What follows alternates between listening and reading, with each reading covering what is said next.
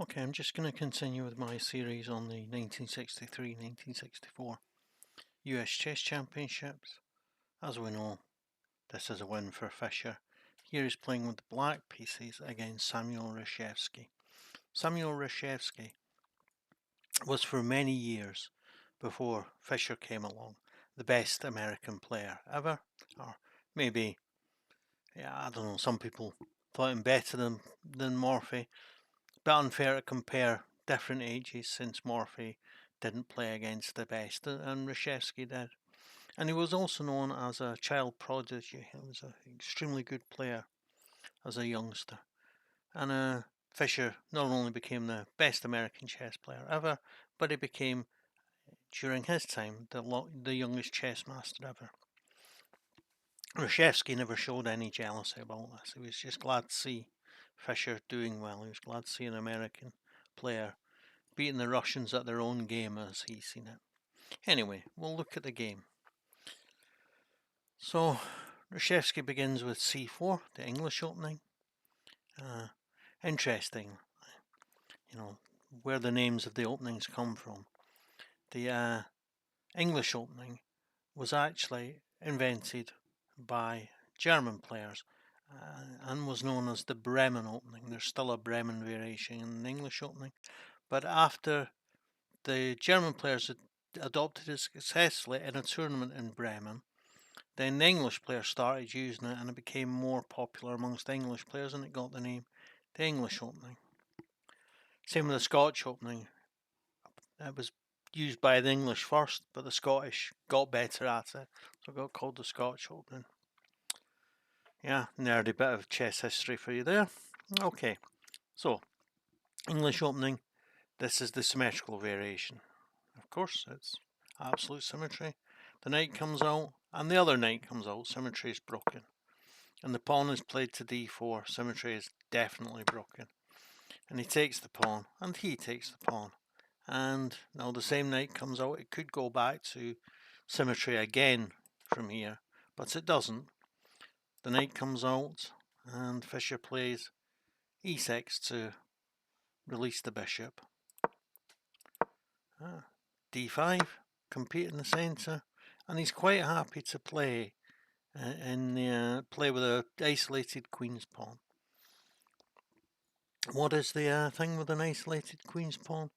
Yes, your pawns are weaker and they will be harder to defend in the endgame, but you usually get more and better activity, and you usually have strong use of the two half-open files to either side.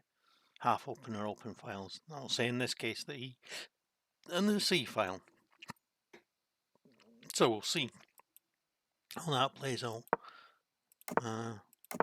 Both players take it quite cautiously here.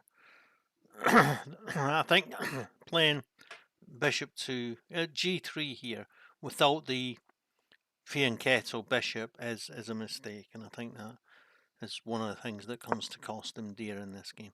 So he's threatening both knights. Does he really want to give up both knights for both bishops and play with two knights against two bishops on such an open board? Probably not. But he can make the threat anyway. And now he comes to d4. Obviously, if he takes the knight with the knight, he can't take the bishop because the knight comes back and gets two pieces at the price of one. So if he takes the knight, he has to take with the pawn. But he chases away the bishop first, and Fischer takes the bishop, and the bishop is taken, and the bishop is taken. And now white has two isolated pawns, and black has one. And yeah, it's fairly even. So Fischer plays rook to c8 to attack the c pawn, which is the weakest pawn in the white stilling at the moment. There's nothing defending it, so of course he goes to attack. And Fischer goes to attack the only undefended pawn on the black side of the game. Fischer moves that pawn, and he comes to d5. Looks like he's going to manage to overwhelm this pawn on e7. And then he tries to secure his position before winning the pawn. But Fischer then retreats the bishop to support the pawn. Complicated variation if he takes, but it won't work out too well for reshevsky if he takes. If he takes, this pawn here was undefended, so black would take this pawn, and then the knight would come to here and attack the rook on d5. So, that's why he doesn't do it. So he tries to move the pawn so it's not attacked first, and then Fischer takes the bishop back to defend. Queen comes to f6, again putting pressure on the weakest point in the white position. And yeah, he defends the knight so that the bishop is free to move. Knight comes to a5 because, of course, with a5, Fischer is trying to head here. But when he plays a5, that's two attackers on the c3 pawn. And so he puts the knight in the way. And the knight comes back. Maybe it's looking to come here, maybe it's looking to come here. It has some flexibility. The rook moves so that if the knight does come to d6, it doesn't arrive there with a tempo. But it arrives there anyway. And reshevsky proposes a swap off. And Fischer again goes to attack against the weakest point in white's setup. Pawns are swapped off, and now he's saying, well, I'm going to win this pawn. And then it's okay if you win this pawn. He couldn't have won this pawn before. It might look like he could have just played rook takes pawn and won the pawn, but then of course Fischer would play bishop to h3 check and expose an attack on the knight. So not good. So Fischer does take the c pawn, and now he's threatening the bishop on e2 as well. And the bishop moves to attack the rook, and the rook defends the d5 pawn. I don't know why it was better to retreat the king first and not just take the pawn. I suppose he's still worried about a discovered attack on with the bishop on h3. Bishop comes to h3 anyway, and I think this is really, the low point for reshevsky in this game. Now with the bishop here, of course the rook has got to move, and he's always got to be looking out for back rank checkmates, because his only escape square is g2, and that's covered by the bishop. And if Fischer can ever get a queen to f3, then he will mate. He can't at the moment because the knight's defending against it. The rook comes to a1. Yeah, maybe he has some ideas of playing bishop here and then rook here, or maybe doubling up on the a file.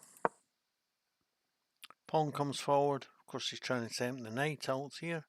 It's not going to work. The bishop takes, but the knight takes the bishop. Queen takes, rook takes, queen takes. And we're still 4 pawns each. And yeah, Fischer still is looking to get in here. And the queen comes to e5. He defends the e pawn, which is good. And Fischer plays h4 with the plan of playing h5 and ripping open the king file. The knight attacks the queen. The queen comes to c3, attacking the rook and attacking the knight. Doubles up on the b file, but it's not helping them much because they're in the wrong order. So he plays queen to c2, not necessarily to threaten to take the rook, but to threaten to come to e4 with the queen. He's checked, and the pawn is taken. Does that mean you can play to e4 and then Fischer can mate him? No, because if he plays t4, the pawn will come to f3, and when it gets taken, the rook or queen can come to b2 and defend the back rank, the second rank where the mate is threatened. The rook comes to c8. When he came to c8, he was threatening a back rank mate by sacrificing the queen. But the knight comes in to block the way, and Fischer takes it. But reshevsky thinks he's got a tactic, thinks he can win the rook on the bishop on h3. So he takes that. You might think, oh well, he can just play queen here and block the check, support the bishop, but that won't work because the rook will come here, check, and he's nothing to stop that back rank mate, so he can't do that. So this comes to g8. And now, when he pulls the rook back, reshevsky has to take the rook, or lose the rook, or move the rook, all of which allow the bishop to go free. But he takes the rook, and the bishop comes to c8, defended by the queen, and ready to come maybe to b7, maybe to a6. Reshevsky makes a run for it. Fischer says no, not here, not today. With a check, another check, and another check, and another check. And now he plays bishop to c4, ready to play bishop to b3 check. Reshevsky comes back and tries to defend. Bishop comes to b3 check, and queen comes to c4 check. And now he can only go back to e1, and if he goes to b1, c1 check, and the queen block is the only way. Or he could play the king, in which case the bishop comes here and the queen is won, or he could play the queen in the way, in which case the bishop wins it. Either way, the queen is lost, and Reshevsky resigned, making it 5 wins in a row to Fischer. Don't forget to like, share, comment and subscribe to my videos. Thanks. Bye.